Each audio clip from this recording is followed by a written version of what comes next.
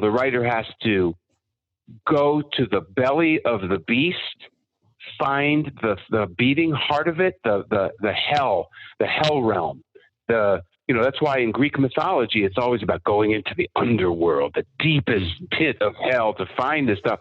And, Dante's Inferno, all of this imagery of going way inside to the unknown thing and seeing all of it. Then you can come out the other side and pick and choose which little demon you want to bring forward. But you've been with it.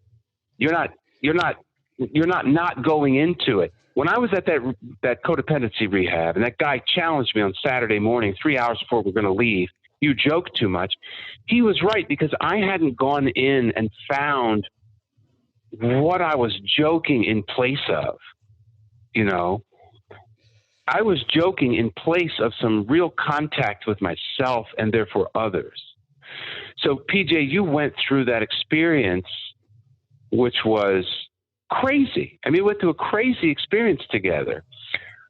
But I was with you holding the rope while you rappelled down into the earth and went down in some deep shit and came back up with what was left and what was needed to get the story across.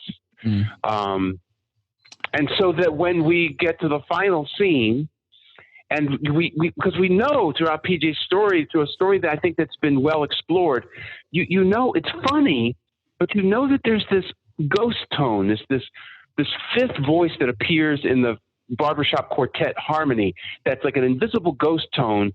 There's this other tone of tragedy that's hanging in and around this thing. And so that when we're in the last scene and PJ is coming back and he's in a C-130 with caskets that are draped with American flags, he can then hold that space silently. And he doesn't need to make jokes anymore. And we can watch him take all of that in.